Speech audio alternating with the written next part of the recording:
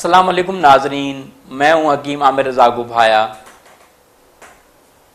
अक्सर मेरे पास पेशेंट ऐसे आते हैं जो नौजवान होते हैं, जिसमें ख़वातीन बच्चियां भी होती हैं, बाज़ वक़्त नौजवान बच्चे भी होते हैं, बाज़ वक़्त उम्र रसीदा लोग भी होते हैं, बाज़ वक़्त 30-35 साल के जवान भी लोग होते हैं कि हम दुबलापन है, जिसे पतलापन कहते हैं, लीननेस कहते हैं, कि इसका क्या इलाज है।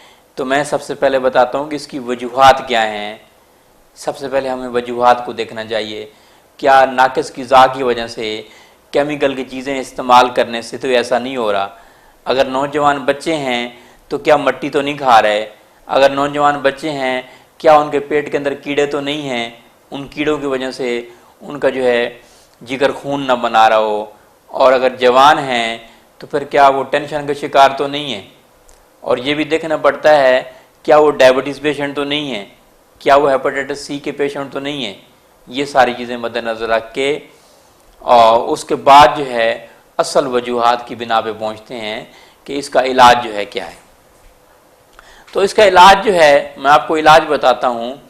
असगंध नागौरी, जिसे अश्वगंधा कहते हैं, ये आपके बदन को मोटा करेगा। 1 चम्मच रोज़ाना लीजिए, दूध के साथ लीजिए, ये भी बहुत मुफीद है। दूसरे नंबर पे मूसली सफ़ेद आप लीजिए, मूसली सफ़ेद भी बहुत ही मुफीद है, ये आप 1 चम्मच दूध के साथ लीजिए। तीसरे नंबर पे आपको बताता हूँ, अदरक दूध वाली इस्तेमाल करें तो ये भी आपके कमज़ोर जिस्म को मोटा करेगी, दुबलेपन को आपको ख़त्म करेगी और आपको सेहतमंद रखेगी। दूध का इस्तेमाल करें तो ये भी बहुत मुफीद है, कि बाज़ वक़्त विटामिन की कमी की वजह से भी इंसान को लीननेस होती है। इसी तरह जो है तरबूज का मिल्क शेक बना के इस्तेमाल कीजिए, ये भी बहुत मुफीद है।